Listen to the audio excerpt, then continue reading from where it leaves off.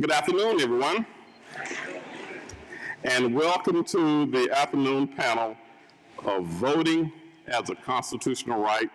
And I am excited to be the moderator for a panel of well-known experts in the area of voting rights for protected minorities. And on our panel are Ben Jealous, Julian Bond, Judith Brown Dianis, and Lonnie Grenier. Now, Lonnie will be joining us in a few minutes. She is already here, but she had to do something else right now, but she will be up in a moment. And the order of the panel would be for Ben, Julian, Lonnie, and then Judith. Each panelist will have about 15 minutes, and what they're going to do is introduce themselves for a little bit, but within that 15 minutes, they're going to talk about voting as a constitutional right.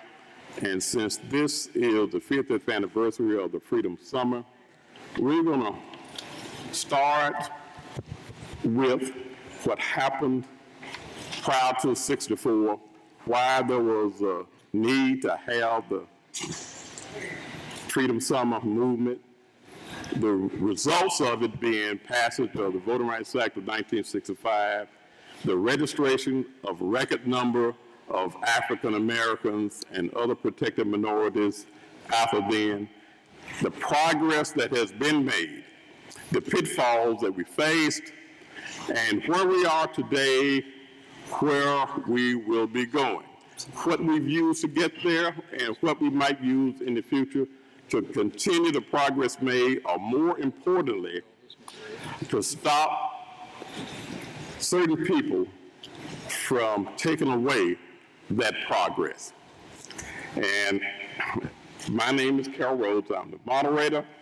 Normally, they wanted me to give a little overview and a history of voting in Mississippi, but we have some distinguished panelists, and I do not want to take a lot of time to take away from their time, but I would like to set the stage for you by telling you a little bit about this constitutional right to vote.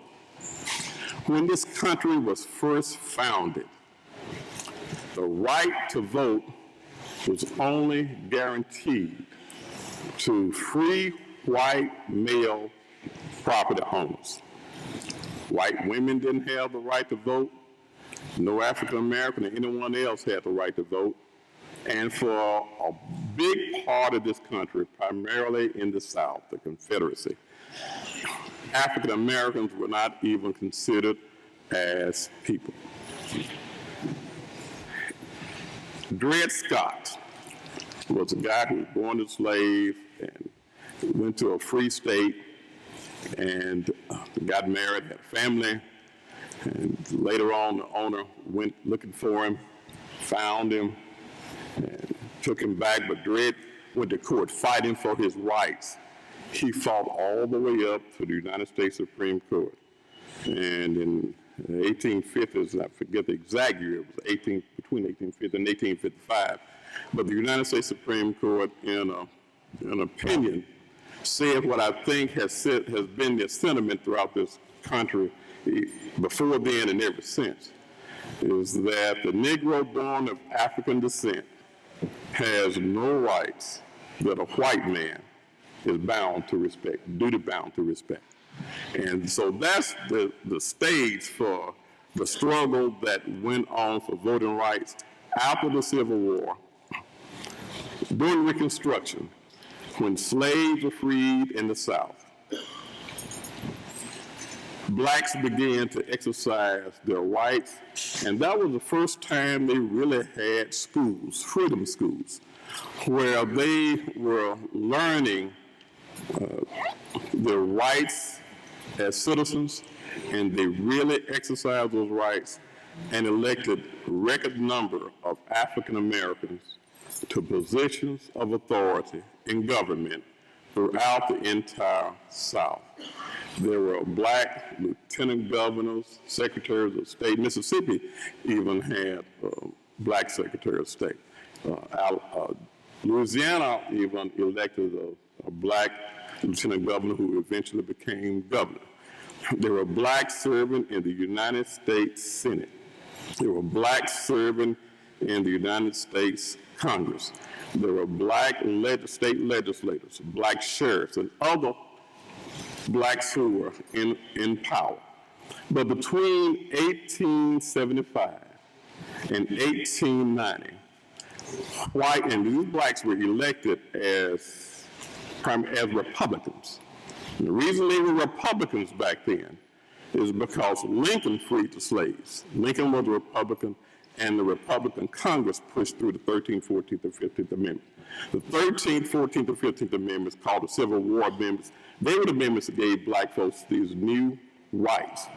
And Congress was wise enough to put enforcement sections into those amendments so that they could pass legislation later on to make sure that those rights were enforced.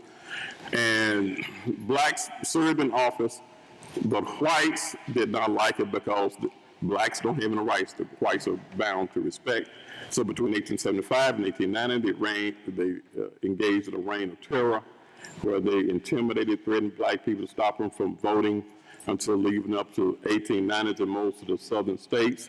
And then the southern states, once they got black people, killing them and terrorizing them, stopping them from voting, then they passed new state constitutions where they came up with new mechanisms to keep blacks from voting. Literacy tests, poll tax, and other measures. And then they made it more difficult for blacks to vote. Blacks did not vote in the record numbers, although there were small numbers registered in every state until about 1965, when Congress passed the Voting Rights Act. At that time, only 6.5% of blacks of voting age were registered to vote, and majority vote decided elections. Blacks did not win any elections. All the segregation laws, all these bad laws were passed. After the Voting Rights Act was passed in 1967, record numbers of blacks in Mississippi registered to vote and began to vote and exercising their power, and have exercised their power ever since then. So now Mississippi has more black elected officials per capita than any other state. The state population is 37% African American, and we're now going back into that time where they're about to try to take the right to vote back again. They're starting with all sorts of voter suppression measures, not just in Mississippi, not just throughout the South, but throughout the nation, from early voting, eliminated voter ID, which you're familiar with here in Mississippi, making it more difficult to vote. Anything that's made it more difficult to vote so that African Americans and Latinos cannot exercise that right effectively. And what we want to do today is have our panelists talk about where we were, why we're here, and what do we see forward, the way forward, so that that right to vote can still be protected. Ben, and I don't know if you could do it from your seat. Yeah, sure. Okay, good. All right. Well, good afternoon. Good afternoon. I was here 20 years ago, the 30th anniversary. I was working with Derek Johnson. We were young then. And we were fighting Governor Fordyce, who would go on to become basically the godfather of this vicious Tea Party down here, who was seeking to turn Mississippi Valley State into a prison. And we won that battle. But we were both blessed to learn from men like Carol Rhodes, men like Aaron Henry and Henry Kirksey, Charles Tisdale, and great women organizers here as well. Men like Rims Barber. And I was raised in a family, to talk a little bit, I was raised in a family where my mom had worked with SNCC in the 10 cities in Tennessee. My father was white, had gone to jail with CORE in Baltimore, one of the few white men to go to jail in that campaign. And they came from old families. My dad from a family, his family had 8 men who fought in the Revolutionary War, 6 captains, a colonel, and a fifer.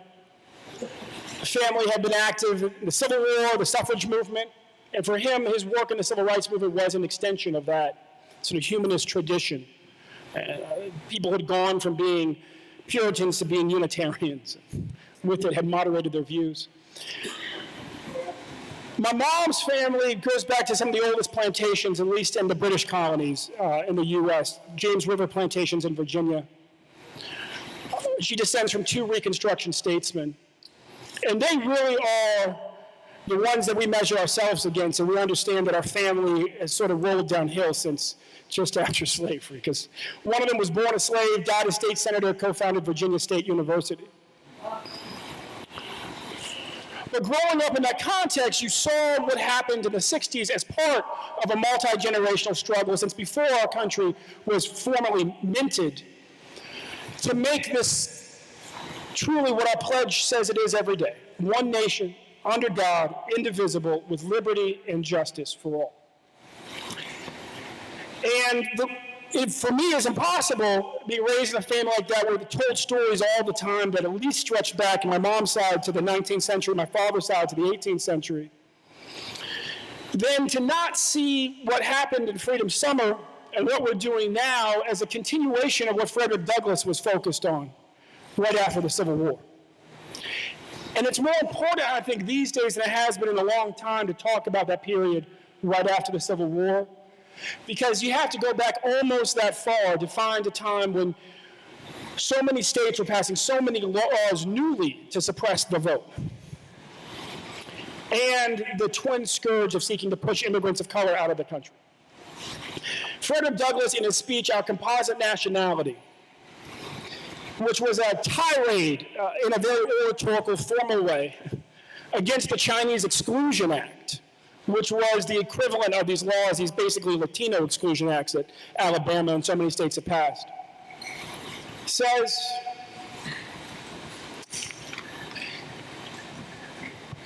that every nation has a unique destiny, and its destiny, it's based on its character, and it's just a paraphrase, but all of it's right there.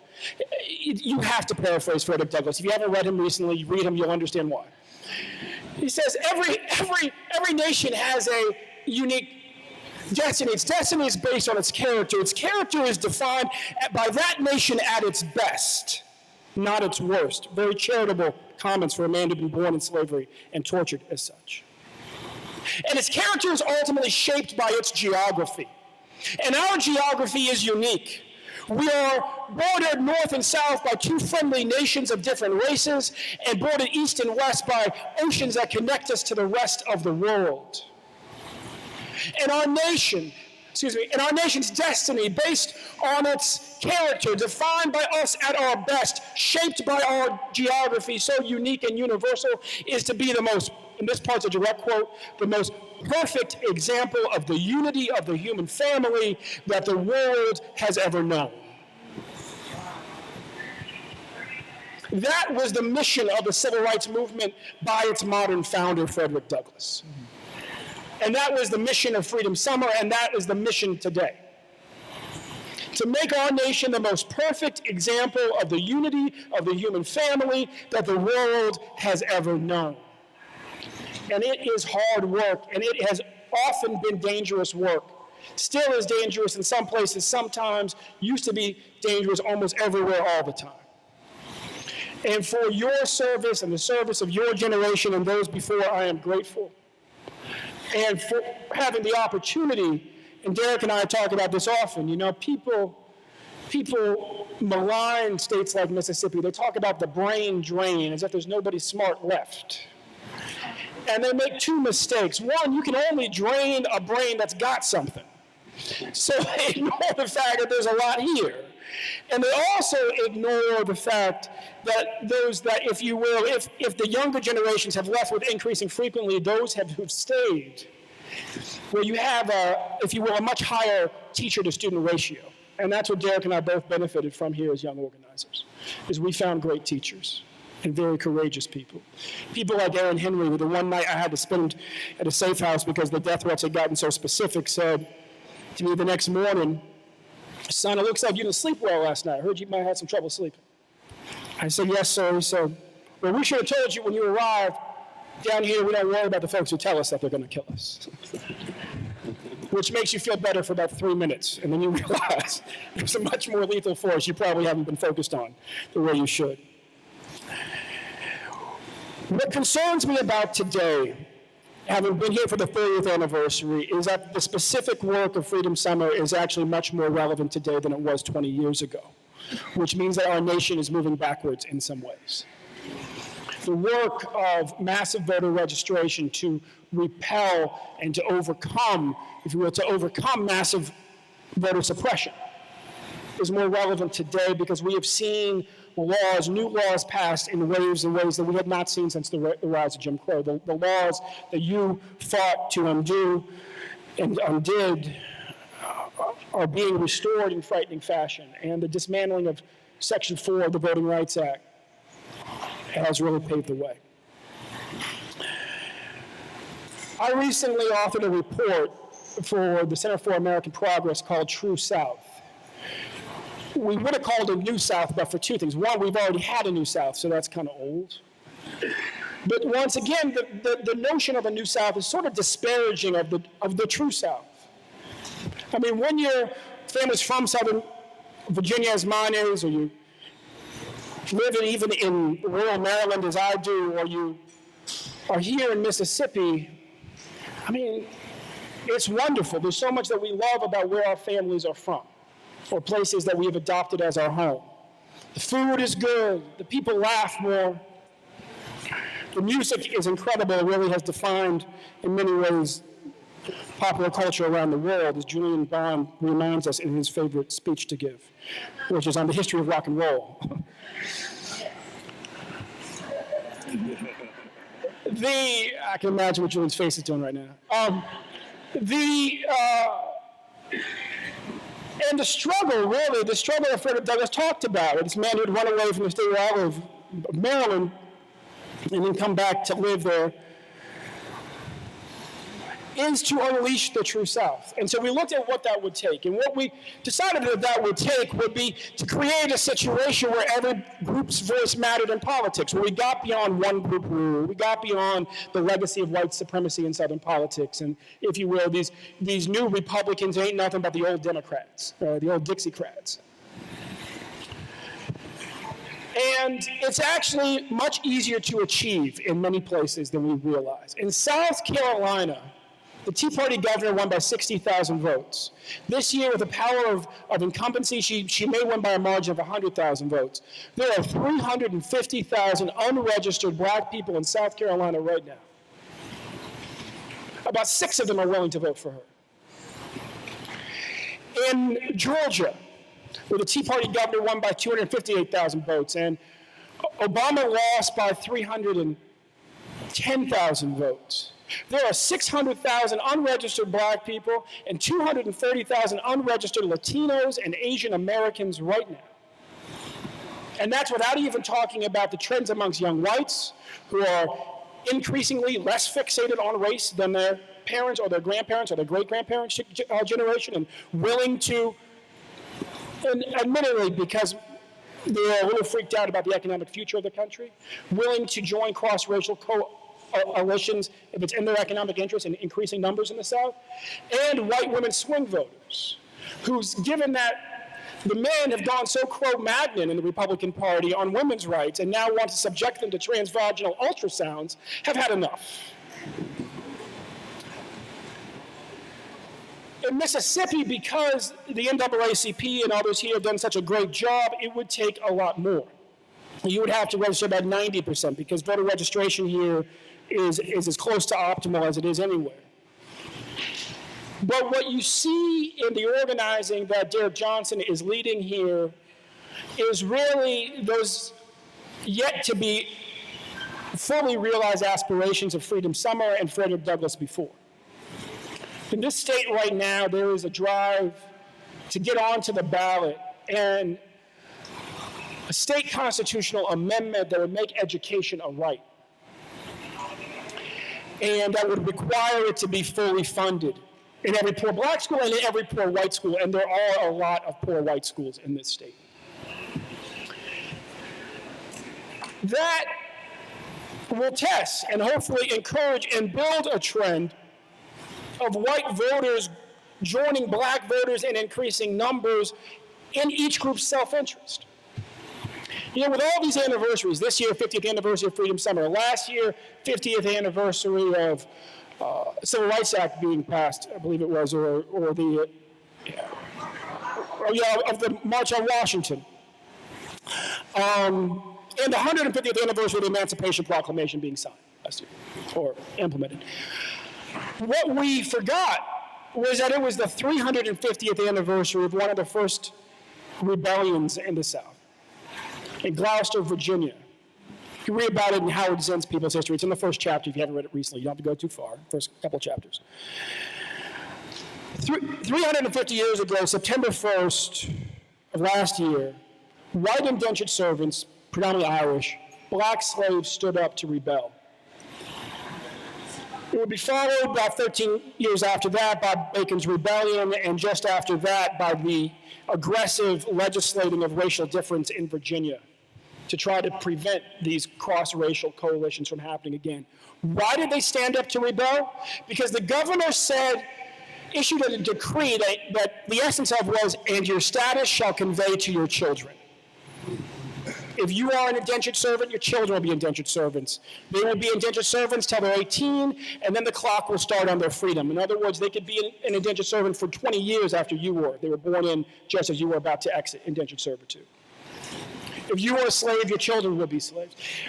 Why is that important? It's important for two reasons. One, it reminds us that the business of splitting people apart based on race wouldn't be such an industry to this day, wouldn't require so much money and effort if it were actually the original state of American politics. Because you don't have to invest a lot of energy or money in maintaining the original state. No, you invest energy in keeping things that are naturally attracted to each other apart. And we mistake every time we see a movie like Django or 12 Years a Slave or Roots. We forget that it's about the middle or end of slavery, not the beginning. And a state that was created, not that just naturally occurred. The other thing that reminds us is that, once again, we are in a transformative moment right now because the American people, from the very beginning of the American experiment, have always been willing to endure a lot if they can believe that their children might have a better life. But at the moment that they become convinced their children will not, like those indentured servants and slaves became convinced that day in Gloucester when they heard the decree relayed from England ultimately through the government and down to them that, and your status shall convey to your children, then we are ready to rebel and change the old order of things. And that's what you are seeing in this region right now, is in different ways the beginning of a rebellion because people are convinced increasingly that their status will convey to their children, that the American dream is fading from their sight, and that we have to start doing things differently. And the spirit of Freedom Summer very much embodied the spirit of Frederick Douglass and the spirit of those Irish indentured servants and African slaves who rebelled 351 years ago this September, who said, if nothing else, let us come together across old lines of division to make sure that the future is better for all of our children. Thank you for your example. Thank you for your ongoing work. Thank you for coming here to require our nation to remember how young our democracy truly is and the need for us to move forward, not backward. Thank you. God bless.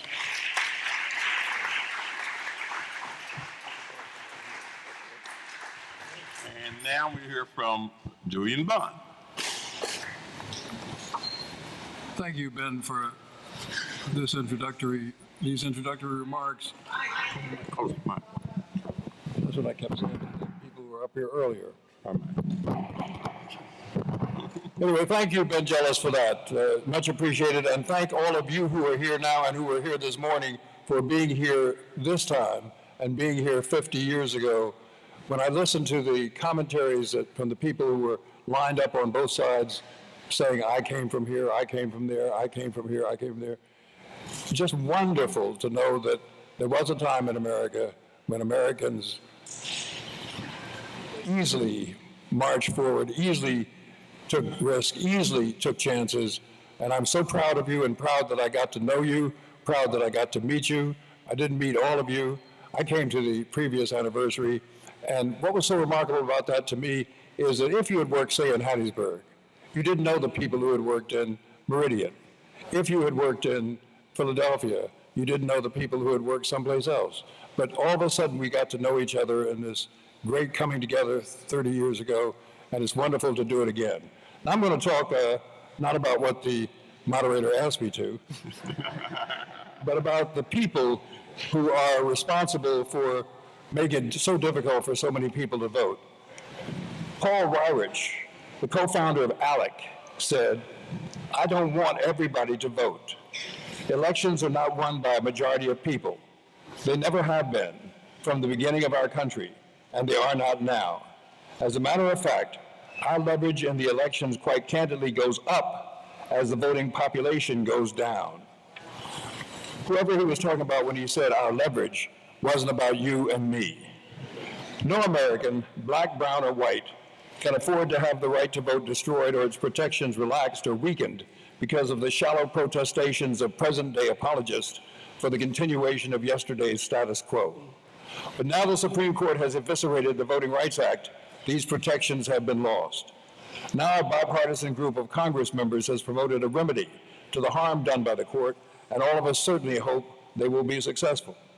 The recent 112-page report of the bipartisan presidential election on election administration included among its recommendations expanding online voting registration, expanding early voting, and setting a 30-minute maximum waiting time to vote.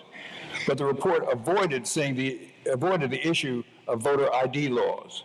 The most striking and the most effective means of eliminating categories of citizens from voting are these laws, by which the potential voter is required to present a government-endorsed form of identification to prove that he or she is who he or she says they are.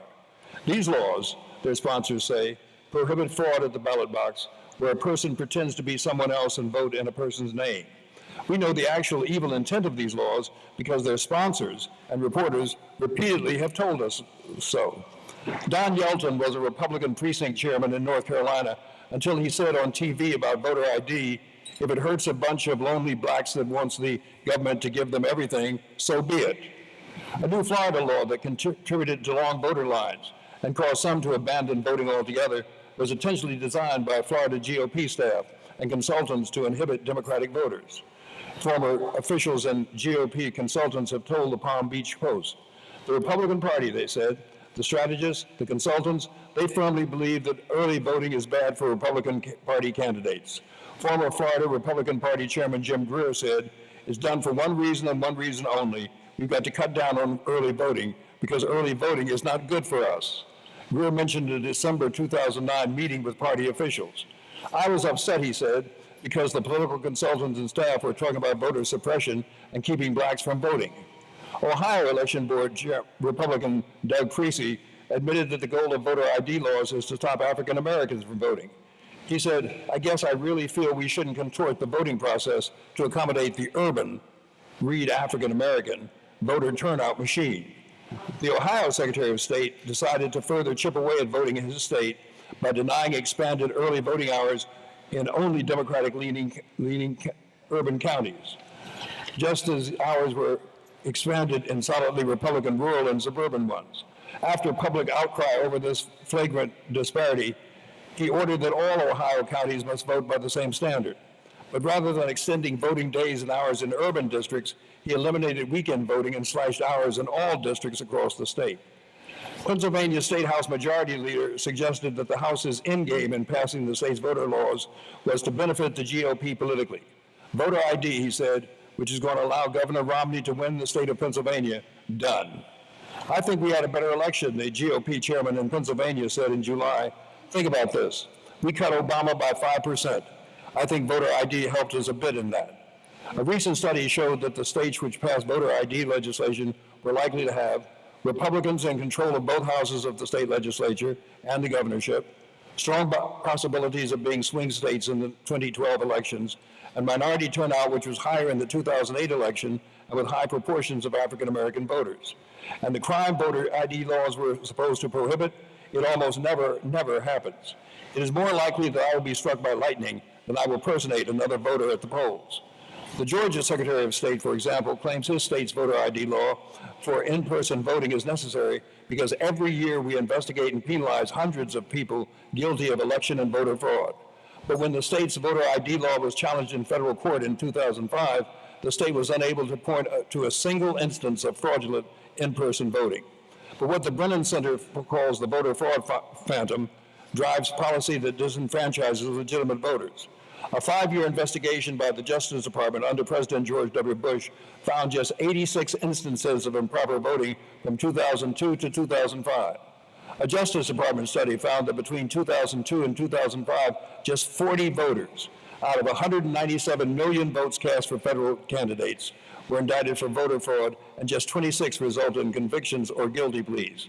It remains, however, an article of faith among many that the American voting system is riddled with fraud, and many believe minority voters are inveterate cheaters. The absence of voter ID bills from the proposed new legislation leaves untouched a practice that has no practical use and was found by a federal judge in Pennsylvania to have no legitimate purpose in fighting fraud. In 2005, for example, the federal government charged many more Americans with violating migratory bird statutes than with penetrating election fraud, which has long been a felony. Conditioning the right to vote on the purchase of an identification card constitutes a poll tax, which we thought we had gotten rid of years and years ago. Studies consistently estimate that approximately 10% of voting-age citizens in this country, or more than 20 million individuals, lack a government-issued photo ID. These laws carry a heavier burden for some voters than for others, as their sponsors intend. 11% of voting-age Americans don't have ID. That's 21 million people. The numbers are scarcer for the elderly and for women. 18% of people over the age of 65 don't have a current ID, and 66% of women voters have proof of citizenship that reflects their current names. The vast majority of women change their names if they get married, and most voter ID rules require your registration name match your photo ID name exactly. Even a study preferred by the Conservative Heritage Foundation's Hans van Spakovsky, a one-time U.S. Justice Department official, found that registered voters with photo IDs tend to be female, African American, and Democrat. Bigots cannot be allowed to continue frustrating our democracy. Yesterday's ruthless procedures have been replaced by today's more understated ways. Let me read you something from Justice Ginsburg's majestic dissent in Shelby County versus Holder. She wrote, Congress approached the 2006 reauthorization of the VRA with great care and seriousness. The same cannot be said of the court's opinion today. The court makes no genuine attempt to engage with the massive legislative record that Congress assembled. Instead, it relies on increases in voter registration and turnout as if it were the whole story. Without even identifying a standard of review, the court dismissively brushes off arguments based on data from the record and declines to enter the debate about what the record shows. One would expect more from an opinion striking at the heart of the nation's signal piece of voting rights legislation. Oh, that's the last page. Thank you.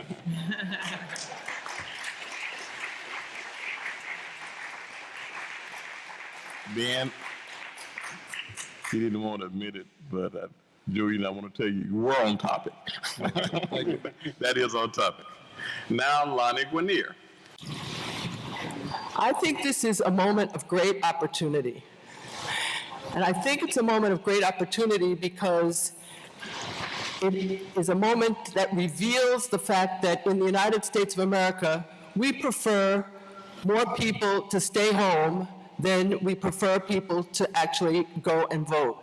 We tend to think that there's a privilege to voting rather than a democratic commitment to encouraging citizens of the United States to participate in the process in which we select our leaders, and we also endorse our commitments, our substantive commitments.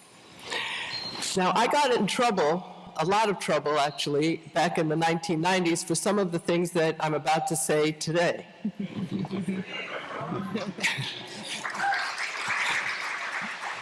And I appreciate your support, but I was prepared to say it anyway. And here's my thesis. I'm trying to say it in a way that's very clear.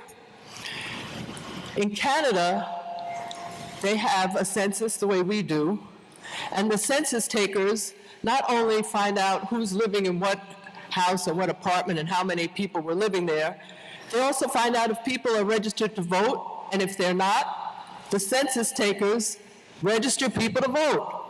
In other words, the burden on voting is eased somewhat by virtue of a commitment to ensuring that all of the people who are citizens in Canada should be enjoying and exercising the right to vote. We seem in the United States, by contrast, to consider the right to vote a privilege, and it is a privilege that only certain people can earn. And to me, that is anti-democratic. Now, if you look around the world and you look at the percentage of people who register and vote, the United States is moving in the wrong direction. We are moving to the point where other countries now outperform us in terms of the percentage of people who are registered and the percentage of people who exercise the ballot. Now, one of the things, or one of the reasons, as I've just said, in terms of Canada, is that the country is committed to encouraging people to participate in helping to make the decisions that are going to affect their lives. In the United States, for some odd reason, our commitment is to see how many people we can identify who shouldn't be voting because we don't like the outcome of the vote that they are likely to take. And so we have manipulated the voting structure so that we can limit who gets a chance to vote. And I can speak to this from some experience because when I was an attorney at the NAACP Legal Defense Fund, I worked with a brilliant attorney, Pam Carlin, on a case in Arkansas in which we were challenging the majority vote runoff requirement in Arkansas. And we were challenging that requirement because the way in which the rule was organized is that you had to get a majority of the vote in order to win. And so if you had 3 or 4 people running for office, it was less likely that any one candidate would get a majority of the vote, so they had it set up that you would have to come back a second time in a runoff. Now here's the secret in terms of what they were doing in Arkansas. They wouldn't tell black people when or where the runoff primary was going to be.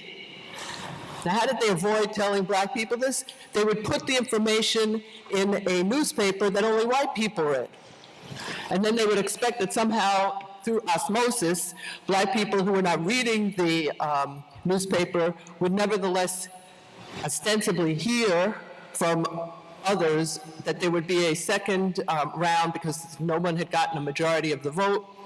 But it turns out very few blacks were, in fact, reading this newspaper, and a very large percentage of the community in Arkansas, especially the black community, did not have access to a car, truck, or van.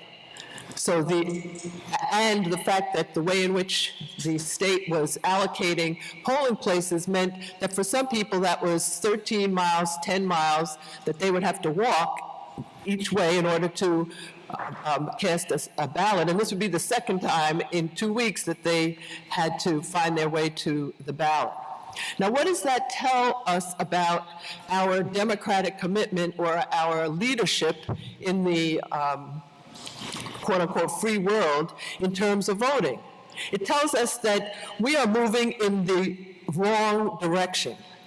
And this is despite things that we have done in the past that have put pressure on other countries, such as Germany, to reconsider the way in which they conducted voting. So this is after World War II. We have won the World War II with the assistance of our allies. And the question then is, how do we make Germany, which lost World War II, how do we make it a democratic society? And we came up with a really interesting and I think worthy approach in which everyone in Germany gets 2 votes. And you get 2 votes, one for someone who's going to represent you ideologically, and one for someone who's going to represent your interests in the community or in the district in which you live. We impressed that requirement on Germany. And in fact, in Germany, the percentage of people who come out and vote, at least in many of the districts, is much higher than the percentage of people in the United States who come out and vote. And part of that is predictable, because we have an idea that in a democracy, we should discourage people from voting. And we should make it difficult for people to vote. That's part of our legacy. That somehow if we make it easy for people to vote, that's going to undermine our democracy, as opposed to the inverse, in which the idea of a real democracy is that you encourage the people in the country to participate in helping to choose the future leaders and in influencing the political dialogue of the country. Now, part of this is understandable based on the commitment that we have in the United States to what we call liberty. We are more committed to liberty than we are to equality. Whereas if you think about the country that's right above us, that is Canada, they are more committed to equality. They're also committed to liberty, but they don't see those 2 things as being in tension with each other. And in fact, in Canada, they have a census taker. That's the way we have a census taker in the United States, but with one very large difference. In Canada, the census taker also registers people to vote. Sounds pretty sensible. They're going around asking people for all of this information as to how many people live in this particular dwelling, and are you registered to vote, et cetera. You look at places like Australia, where if you don't vote, you get punished. My point is not that we should be Australia or Canada or Germany. My point is that we are a bad lesson for future democracies if we are trying to teach other countries that the way in which you establish yourself as a democracy is to limit the number of people who can vote, is to reduce the number of people who can vote based on arbitrary and irrelevant criteria, such as whether you have a government ID. It would be one thing if, like the census takers in Canada, government registrars would go around, and if you didn't have a government ID, they'd help you get one. Instead, what we do is we put the burden on the backs of people in this country, including poor people, and particularly including people who don't have access to a car, truck, or van, which brings me back to the case in Arkansas, where 42% of black people in this particular part of Arkansas, about 20 years ago, 42% of blacks living in that county did not have access to a car, truck, or van, and were often 13 miles away from where you went to vote, to cast a vote. So you were supposed to walk 26 miles in order to vote. Now, Pam Karlan and I lost the case, and we lost the case because we did something as lawyers that I think was a mistake, and that is we did not fill the courtroom with people who were affected by the outcome of the decision. We, as lawyers, took it upon ourselves to litigate this case, and as I said, I was working with Pam Karlan, who is an absolutely brilliant litigator. She's presently serving as the Deputy Attorney General in the Civil Rights Division of the Justice Department, because given her association with me or with other people, it would be difficult for her to be confirmed by Congress. But she and I learned an important lesson in this case, and this, of course, was when Mr. Clinton was then Governor Clinton, and he was also a classmate of mine. He and I met before the case was decided. He assured me that he was supportive of the case that we were trying to make, and of course, didn't follow up on that support. But the thing that we learned most importantly is, although we had access to some excellent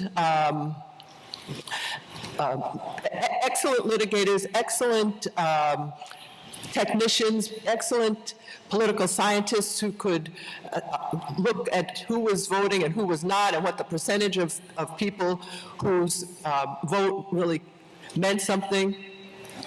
What we forgot to do was to go out and talk to people in that community in Arkansas and make sure that they filled the courtroom. And instead, we participated as if this was a legal case rather than a case about democracy. I think that's a really important lesson, because what's happening right now in terms of putting the burden on all of these different lawyers, including the Advancement Project and others, that they have to go and defend the right of people in the United States to vote. Defend it, right? In other words, those in charge, those in power, want to take away from a large percentage of this country's demography, take away the right to vote. When you think about a democracy, the right to vote is an essential element of that democracy, and yet we have a Supreme Court as well as a Congress that has a very different view of what democracy is about. And the view emphasizes the importance of people who have a lot of money so that they can buy the election, as opposed to the people who are actually part of the democracy themselves. They're not corporations, they're human beings. Now here's the irony. As I said earlier, after World War II, the United States, with the help of some of its allies, imposed on Germany a system of voting that, for whatever reason, we do not practice in the United States. We were encouraging Germany to ensure that each voter had 2 votes, one for the party that you supported, and one for the person that you wanted to represent your particular district or section, because that person lived in your community and you could go to them when you had an issue that required some government response. And the irony is, in places like Germany, in places like Australia, the level of voting is much higher than it is in the United States. We are moving downward rather than upward. The same thing comparing the United States again to Canada, where, as I said, the census takers register people to vote. And once people are registered to vote and encouraged to vote by representatives of the government, the percentage of people actually participating in the political process is much higher than it is in the United States. We are moving away from democracy rather than towards democracy. Now, what does that mean in terms of next steps? For me, and this is, of course, what got me in trouble 20 years ago, so you may want to ignore everything I say, unless you want to get in trouble too. Yes, we do. That would be why we're here.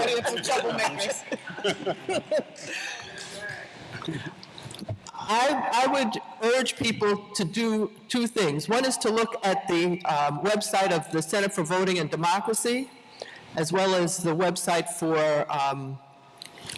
an organization at NYU that does a lot of work on voting, and the website for Advancement Project, to see what kinds of work those groups are already doing. But the key thing, beyond just supporting the groups that are working very hard to make sure that some of these anti-democratic positions that particularly the Republican Party is promoting, but also because it is time for us to begin to challenge the way in which we allocate power in this democracy, not just in terms of who gets to vote, but how we draw districts, so who gets to rule. All of that needs to be reconsidered, in my view, because it is moving us into, as many of you have already observed, a deadlocked Congress that cannot seem to work with the executive branch. And then we have a Supreme Court in which some of the members of the Supreme Court have hated the Voting Rights Act, and we have evidence, for example, of Chief Justice Roberts and the position he took on behalf of the Reagan administration back in 1982 when the Voting Rights Act was being extended and amended. And this is the same John Roberts who then rules, when he's Chief Justice, that what the Congress almost unanimously had decreed in the amendments and ruling of the Voting Rights Act in 2005, 2006, he has been against the Voting Rights Act, particularly against Section 5 of the Voting Rights Act, for more than 30 years, and he finally gets an opportunity to take what he thinks is unfair and make it the rule of the land. Well, that's not the role of the Chief Justice of the Supreme Court. The Chief Justice of the Supreme Court is supposed to interpret the law, not make the law. So I say all of this to you because I think one of the most important messages that I could share or that I could present is that we begin to look more closely at what other countries around the world are doing.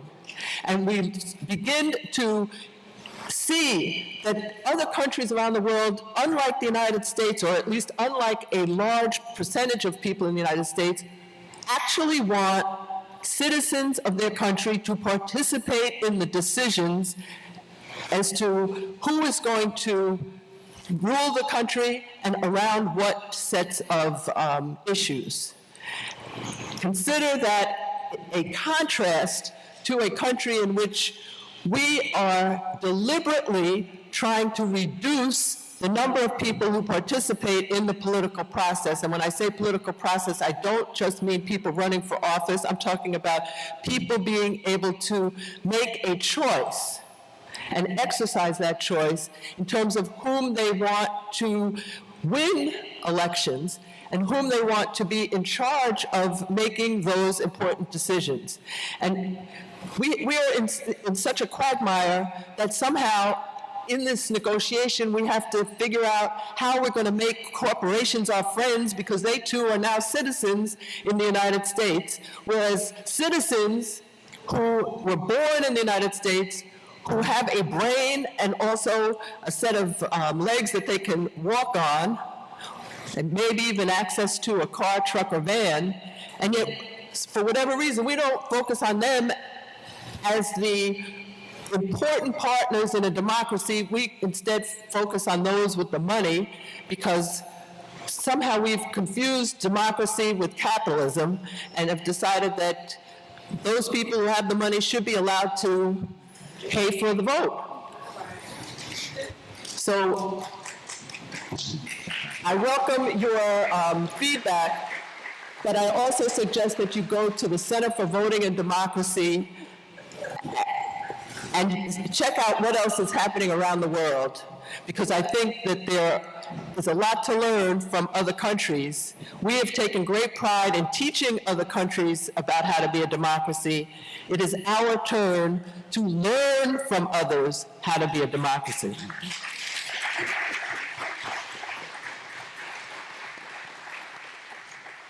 Thanks, Lonnie. Now, Judith. Good afternoon. My name is Judith Brown-Dianis, and I'm co-director of an organization called Advancement Project. We are a next-generation civil rights organization. Thank you, thank you. We actually come out of the NAACP Legal Defense Fund, and one of our founders was one of the other brilliant lawyers who worked with Lonnie in that Arkansas case, Penda Hare. And we are former LDF lawyers who started Advancement Project in 1999 began to work with grassroots movements. We knew that we were losing in the courts, but we had to get back to movement building. We had to get back to changing hearts and minds. We had to get back to everything that was winning. So that we could push the courts in the right direction. And so I wanted to talk about this idea of this constitutional amendment for the right to vote. For me, as a kid, I remember going into the voting booth with my mother, starting at the age of 3 in New York and closing. She would let me pull the thing to close the curtain, and I'd hear the curtain close, and then she'd start to tick off the little things. I remember her voting for Mayor Lindsay, and so that probably dates me. I don't know what year that was, but so don't go look it up, Mayor Lindsay. Anyway, but it was important for me at that very early age to understand what voting was about, because the year that I turned 18, Jesse Jackson was running for president. And I remember being so excited about being able to participate in my first election and cast my vote for an African American for president. And I remember at the time I was in college, and we used to wear jeans where you could write on your jeans and you'd tear them up and you'd make political statements on your jeans or not. And so my jeans said "Run, Jesse, run" down the side of them in red marker, because I wasn't too creative. But it showed to me the importance of being able to engage in this thing that my mother had been teaching me about all of these years, about being able to have a voice in this country. And so when I look today at what is going on and the fight that we are in, it really is no different. The war on voting is no different. We have always had a war on voting. There have always been people who have been excluded from the ballot. We have always had a fight over who gets to have power in this country. And when you look at the history of voting, there were times when people of color, of course, could not vote. There were times when Jewish people could not vote. There were times when Native Americans could not vote because they were not considered U.S. citizens. Black people could not vote, then could vote, then couldn't vote, then could vote, then sometimes can and cannot vote. And so this history is a sordid history, but it really does all come down to power. The word power, the word power.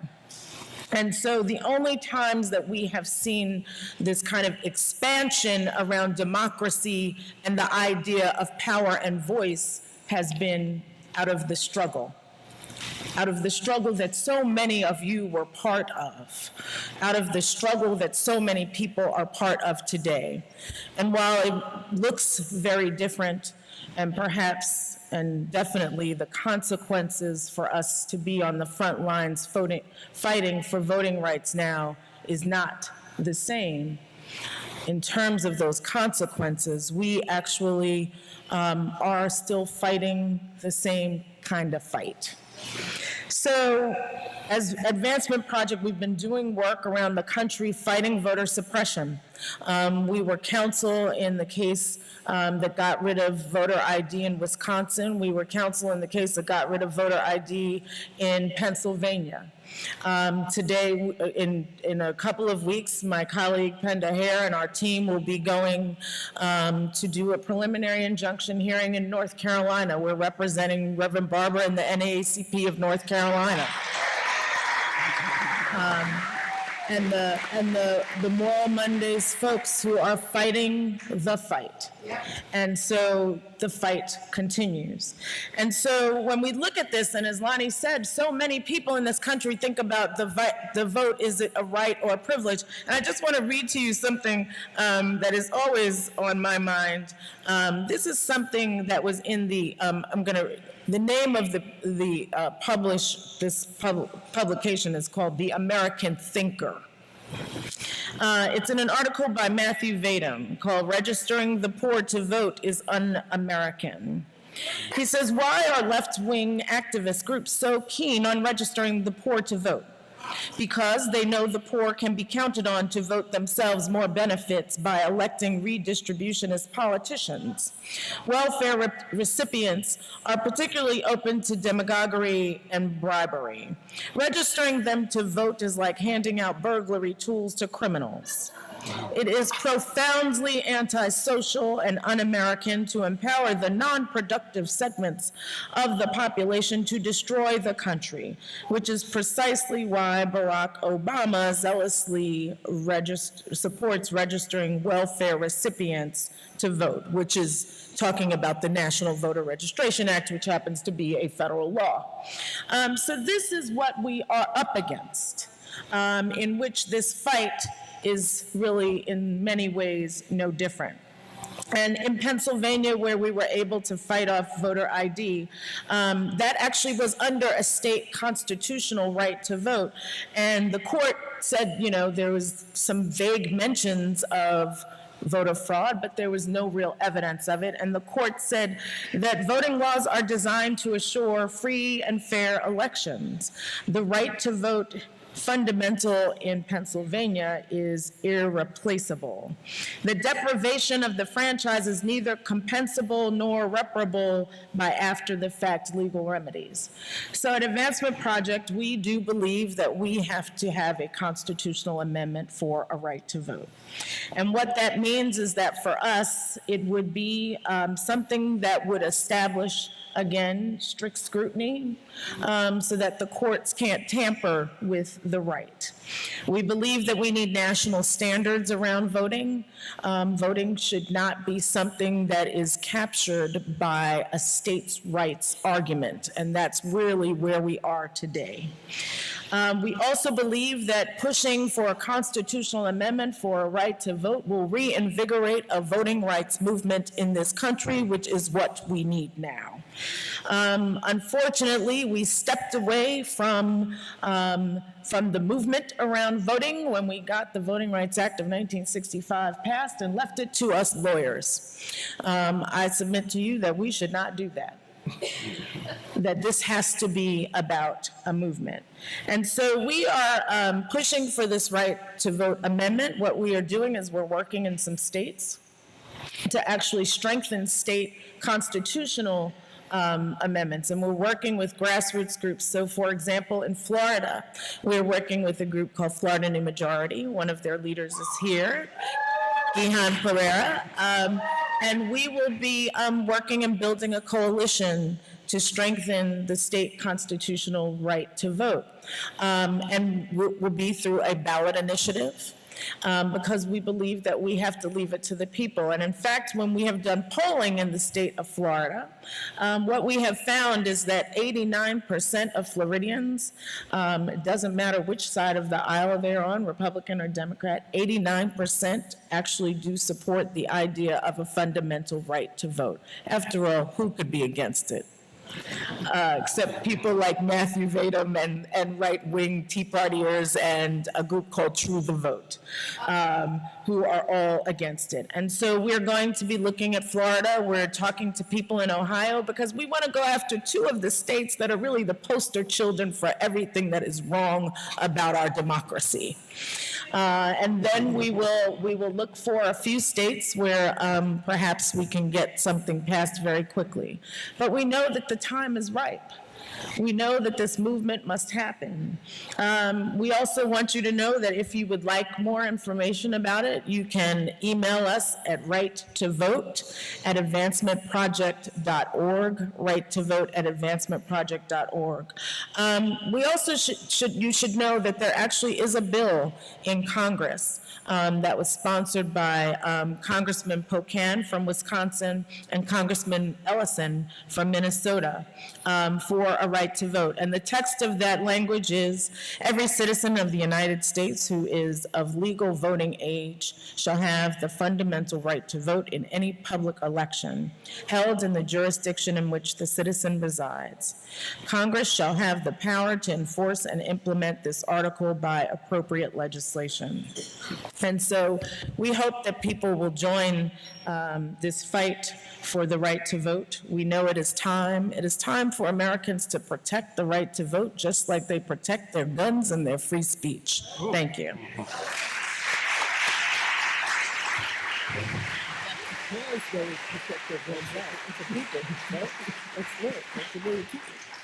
Please join me in thanking all of our panelists for their time, their wisdom.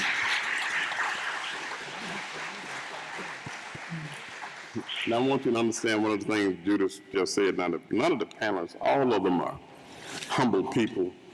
I asked them to give a little bow when they did their presentations. None of them did, but all of these are scholars and people who've been on the battlefield for a long time. Lonnie, who's been not just a scholar, but a litigator, who started off with NAACP, LDF, and we worked on some cases together. And all of you might remember this case of Crooks versus Elaine, where we challenged for the first time in the nation and was successful in getting black judges elected because of the Voting Rights Act. One of the things we used in that, was a remedy variation of limited voting. Lonnie has pushed alternative voting methods, limited voting, cumulative voting, as more effective ways. And we were able, Lonnie, to put that into effect in that case. Now, and she doesn't want to tell you either about what happened in the 1990s. Lonnie was also, I saw Karen Kirksey here, classmate at Yale Law School with Henry Kirksey, Karen Kirksey, Henry Wingate, Bill Clinton, Hillary Clinton, and Clarence Thomas. And Hillary. And Hillary. I said Bill Clinton and Hillary Clinton and Clarence Thomas. And when Bill Clinton won the presidency, he was supposed to have, he did nominate, I think, initially Lonnie to be Assistant Attorney General for Civil Rights. And she would have made sure that the Voting Rights Act was enforced, but Republicans and right-wing folks opposed it so badly that her friend Bill Clinton withdrew her nomination. And Judith is a scholar as well. Now, Judith has been litigating all over the country, voting rights cases, and Judith has been on the cutting edge of some of the things that have gone on in the Advancement Project. One of the important things to remember, one of the projects the Advancement Project is working on right now is something that we do not have. Now, our title is about constitutional voting rights. Mm-hmm. We do not have a United States Constitution provision that guarantee the right to vote. I want you to understand that. That's right. The right to vote is a right determined by each state. What we have are the 14th and 15th Amendments that says that if there is a right to vote granted by a state, then a state cannot discriminate how they apply that vote. But there is no federal constitutional right to vote. So we need to help push to make that a God-given right that everyone is born with. And Julian did not talk about his background. He didn't want to go back into history about the early marches, even going back to Dr. King's era, marching with them, pushing for voting rights, and was the first black legislator elected in the state of Georgia. In the lower house. In the lower house. After Reconstruction, since Reconstruction, because they had blacks there before, but first one, and it was due to the movement and passage of the Voting Rights Act and record number of blacks being registered to vote in Georgia. And he has been active ever since then. And Ben doesn't want to talk about himself, but he's no stranger to Mississippi. Ben and I met over 20-some years ago when he was here with the Jackson Advocate. He was a reporter. And Ben and I used to talk all the time about all these cases that we were having. And Ben helped give strategy as well. And Ben later went on to become the national president of the NAACP. And now I know he's working on the project now where there are 6 million unregistered black voters, primarily in the South, that if we can get the vast majority of those people registered, then people who support black folks' interests will win elections, and we don't have to worry about the Republicans controlling Mississippi and Georgia, Alabama legislatures and the governor's mansion. And one of the things that Julian and the rest of the people told me, because I was a baby in the civil rights movement. I tell everybody that. I studied under them. Matter of fact, Julian, I was president of Mid-South Black Students Association. 1969, 1970, we started the Black Studies program. Julian was one of the first people we got to come speak, and I had to pick him up at the airport. He was a speaker for us. And one of the first I remember Julian saying, and this is something that is true today, the right to vote, as a young person, and he was telling me, look, you have to use it or we lose it. That applies today. There are so many people who are not registered, and we have all these folks who are registered who are not voting. Even black folks, you use it or you lose it. Now, I remember that, do you? That piece of wisdom. Ben. Look, we've talked today, you heard up here, it was really an incredible panel. It's an honor to be part of. You heard a lot about the way that voter suppression has been used in the past. I want to take a second just to talk about the tell. If you're a poker player, there's always a tell. And the tell is this lie about vote security that Julian referred to. And it goes way back. All the groups of color and women that Judith mentioned, it goes all the way back, actually, to the privates in the Revolutionary Army themselves. The non-land-owning white men, the landless or poor white men, who John Adams, when explaining, see, the populists like Thomas Paine and the patricians like John Adams and Sam Adams even had come together for the convenience, if you will, of creating a revolution, where the revolution is successful and power now needs to be defined. Judy said this is about power. And John Adams, in explaining why he would not let the privates in the Revolutionary Army vote, why he could not support that, said that would not be democracy, that would be mobocracy. And then he went on to talk about how it would make the vote insecure, that these men who were landless, not tied to any place, could move from town to town, tipping elections in the favor of whoever they supported as a mob.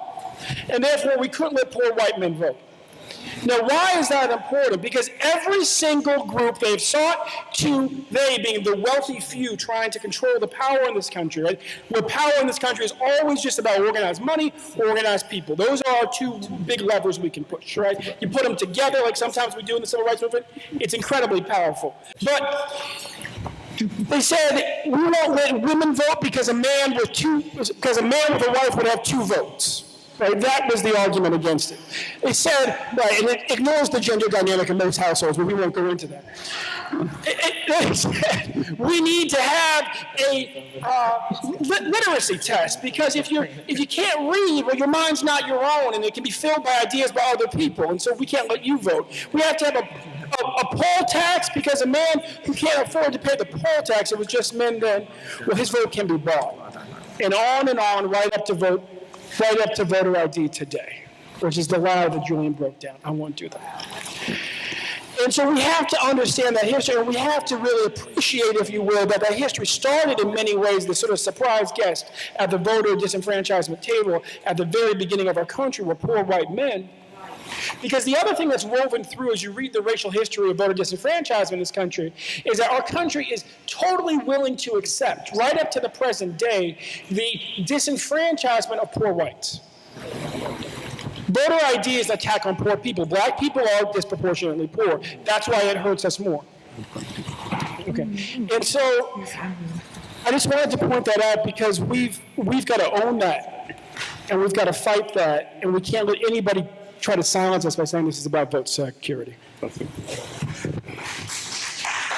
I'm sorry, I wasn't meaning to cut Ben off, but I knew Lonnie had to catch a plane. I was going to try to open it up for questions before she left, but Lonnie said, if you have any questions for her, we could just email her the questions, and I get her email address again from Derek. So now there are two mics down front if anyone has any question.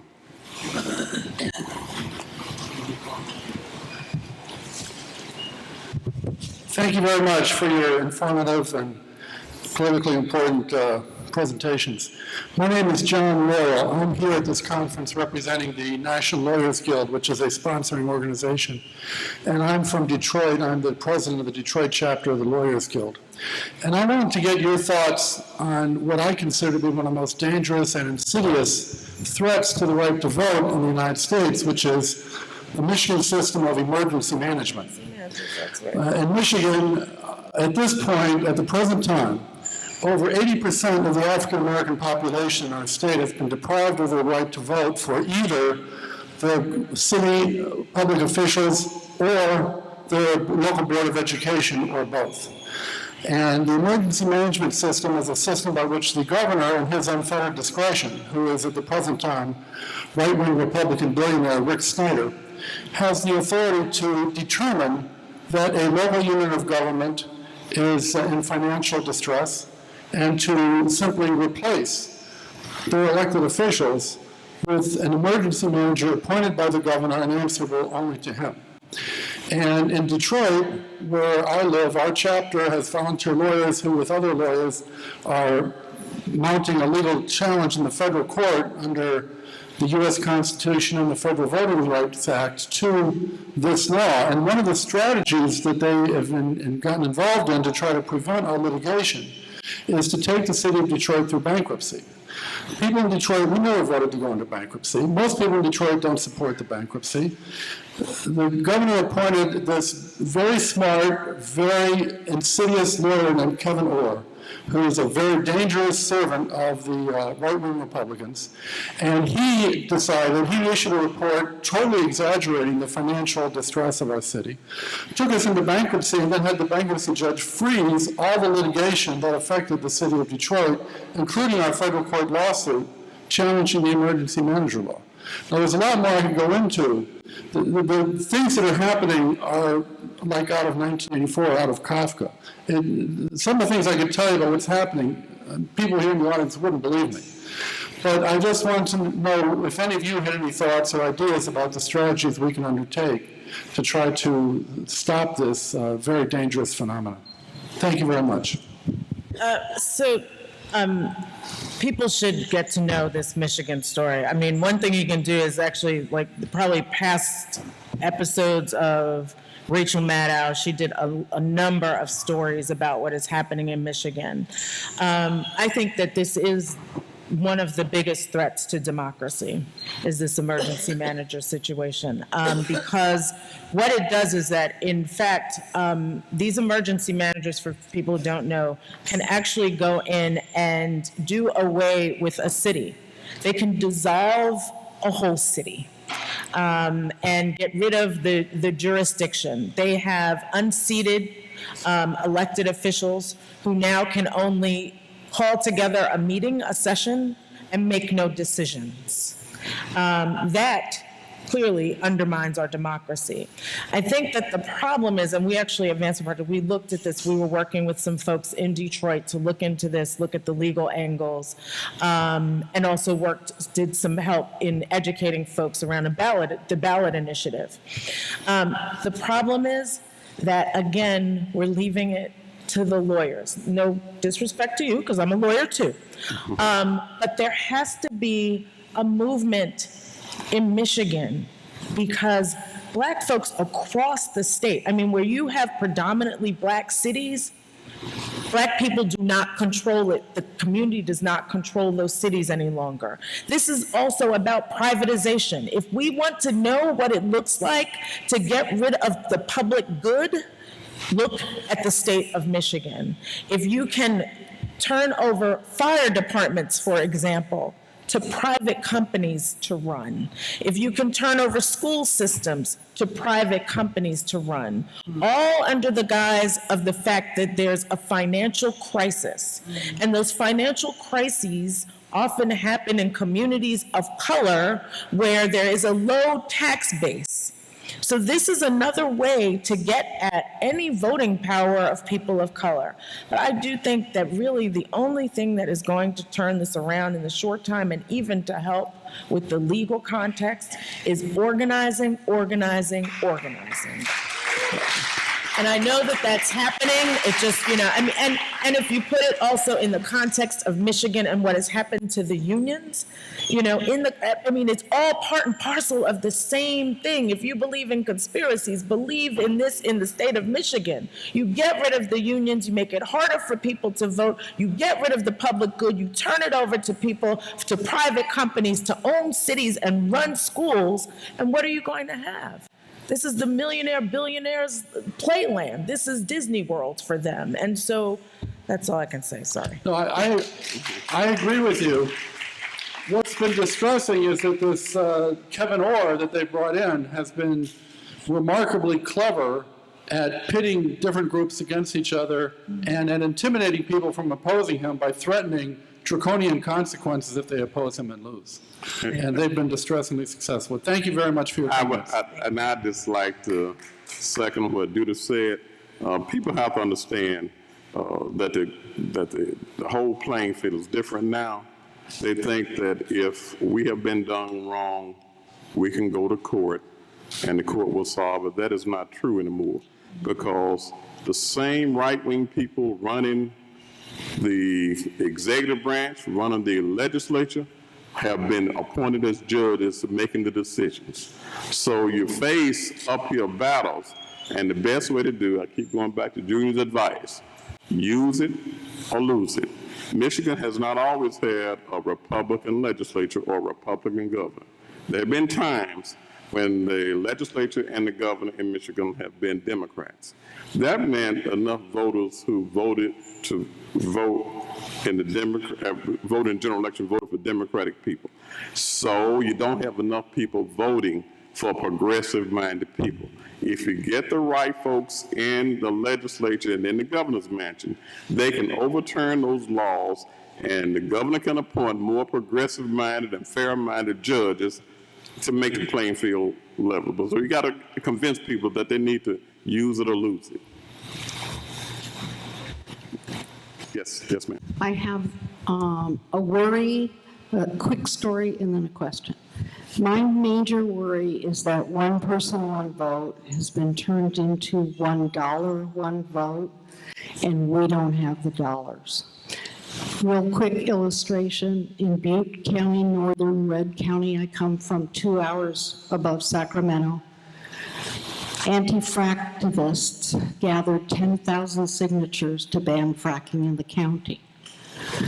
Within 5 hours after we turned them in, an oil company in Houston had already started a fake community organization, sent money through our 2 right-wing representatives, and they threw all the petitions out. What is it that is some of our most powerful weapons against $1, one vote? Because we're never going to be able to compete with corporate power and corporate lawyers that are endless. We decided we are not going to court over this because they can outspend us forever. Look, that's a harsh tale of people's power being subverted by the wealthy. With that said, our country is still a democracy, as imperfect as it is. And organized people still have the trump card, but you have to be organized. We have seen, race after race. So for instance, what Julian was talking about in, Florida, Pennsylvania, these states where they said, there's no way that Obama would win because they have the money on their side. They invested in passing the legislation. They changed the rules, and they said, there's just no way that he can win. We're gonna steal these rules will shave off the votes. And how did we respond? We organized. We registered more people than they thought was numerically possible under any scenario, and we took that vote back. And that's what we have to do. I think, take our rights for granted too easily. We certainly took our right to vote for granted. We went out there, 2008, big victory, we celebrate. They're already organizing. Tea Party steamrolled us in 2010 because not just they had more money than us, they were better organized than us. And so when it's that extreme as you describe in your community, then you have to go to court, if only to dramatize and help you organize. And you got to stay focused on organizing. And you cannot let them fool you into believing that money is actually more powerful than a majority of people voting against that money's interests. That's exactly what they're trying to get you to think. We've run a little over, so we'll try to rush these questions through. Yeah. Good. Thank you, panel today. My name is Brother Ron Hurd. I'm with WeRB News Radio and TV out of Memphis, Tennessee. I just want to say, in honor of the Mississippi Freedom Democratic Party and also the Black Political Convention in Gary back in '72, I really do believe that checkbook says policy. Not the vote, but checkbook says policy. We don't need a black party, we need a black lobby. Every group that has a voice in Washington, D.C., whether it be Jewish people, the Latinos, Hispanics, and Asians, and white women, have a lobby. There is no black lobby in D.C. As many black folks getting locked up, the black families behind bars, felonies and whatnot, the vote just won't do it, never done it. So where are the black lobbyists? Where is the folks that speak for black America? Checkbook says policy. Thank you. So I would like to just say, I want to push you a little bit on that. Because you can have a black lobby, but if you don't have black power on the ground and you ain't organizing, then the lobby don't mean nothing. Because the lobby is going to push the people in Washington. The world should not be revolving around Washington or inside that beltway. Decisions and power should be built on the ground to push the people inside the beltway to do the right thing. And I think that's where the power lies. The power lies in the streets, in the hood, in our communities. Organizing, organizing, organizing. If you had 1, 2, or 10 black people's lobbyists on the halls of Washington, they cannot match the amount of money that these right-wing billionaires have and these major corporations on paying lobbyists on K Street. So lobbyists is not the answer. Well, Mississippi got more elected black officials than any state in the union, but how many black folks are locked up in Mississippi prisons and gulags? Well, look, honestly, I think what you're really getting at is that we need to make sure that the priorities of our organizations reflect the needs of our communities. And there is a divide in our community that is economic. Since Dr. King died, the percentage of blacks in poverty has not gone down 1 inch. And yet the percentage of blacks in the upper middle class has quadrupled. And what you see here in the NAACP in Mississippi, what you saw Julian and I do during our time in leadership at the NAACP, was to say the things that we prioritize have to be at the nexus of the great civil rights issues of the day and those victories, those potential victories that could help move more and more of our people out of poverty. What you've seen the NAACP do in recent years in states like Georgia and Texas is to begin shrinking the prison system. In states like Mississippi, you've seen this current focus on making sure that education is a right and all schools get funded. Those are issues. De-incarceration and shifting the priorities back towards education, away from our fears and towards our dreams, that are central to transforming for that, if you will, lower 48% of our community economically, the future, and reopening the ladder of opportunity and closing that divide that exists. We need to be focused on that. And it's smart voting because color doesn't decide issues. You have to elect interest rather than color. You can elect black people who don't have your interests at heart. Get them out of office, put other black folks in that do represent your interests. Next question. And Carol, that is a great segue into my very reason for standing here. I'm just so glad to be here because I'm looking on this stage, and except for the sister, all of you have been an integral part of my own personal life or the lives of my late parents. I'm Stephanie Parker Weaver, for those of you who do not know. I am the daughter of the late civil rights attorney Frank R. Parker III and Carolyn Travis Parker. I'm also the niece of the late Jimmy Travis, who was the original founding chairman of the Mississippi Veterans of the Civil Rights Movement. So I come from a rich history. Carol and my dad worked together on so many voting rights and constitutional rights cases. Julian wrote a review of my dad's book entitled Black Votes Count. And Ben and I, when he was I call him a little pup, he calls himself his dysfunctional little brother of mine. He did something in Mississippi when I were out there organizing about the Ayers March. He got arrested. And I'm mad because I have not been able to get arrested for being out there protesting. My question is, organizations like the Advancement, we need some of your expertise as well as any resources or the identification of resources for those of us who want to organize. Because I do understand very clearly that if you don't, as Mr. Tisdale would say, organize, supervise, mobilize, and deputize, we are not going to move forward. And we cannot be afraid to speak truth to power, no matter who's in power. And so those of us who are still activists in our blood, and we want to really do those kinds of things, and we need moral ministerial leadership like what your son does provide, CJ.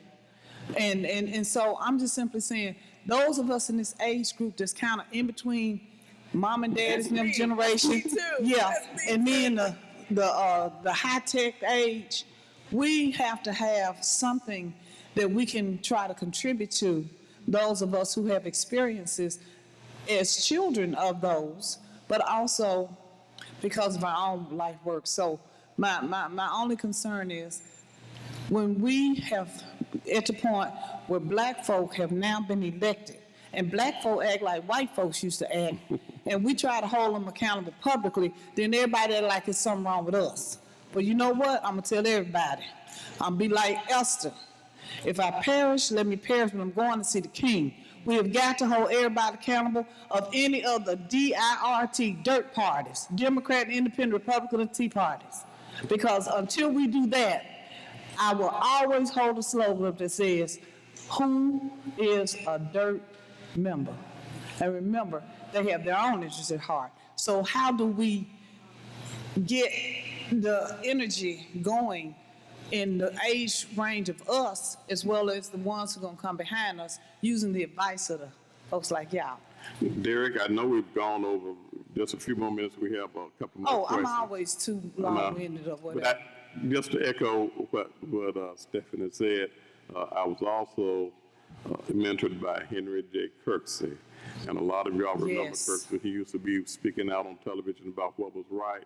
One of the things Kirksey told me, and I try to share that with everybody I know, he said that, look, Carol, people misunderstand the civil rights movement.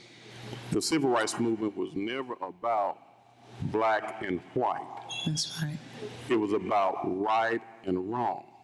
It just so happened white people are treating black people wrong. So we have to fight to correct it. But if you get black people in office and they treat black people wrong, you have to fight them as well. So Kirksey used to get frowned upon for standing up for saying these black elected officials were not doing what they were supposed to do. And I agree with that too. I'm Thank sorry. Oh, that's all right. Next question.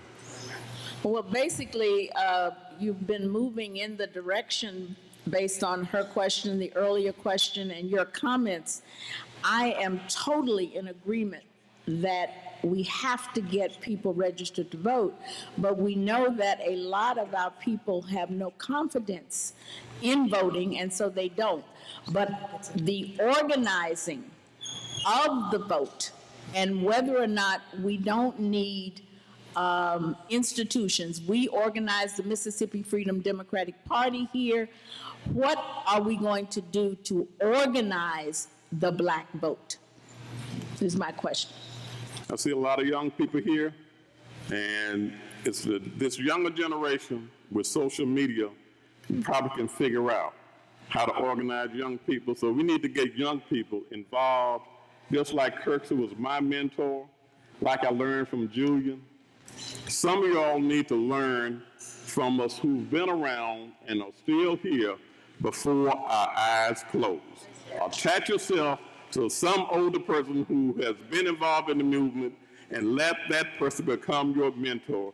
And young people, use your technical skills with social media and do the organizing and you can start a movement. I apologize for going over, but this was a good panel discussion, and thank you all again.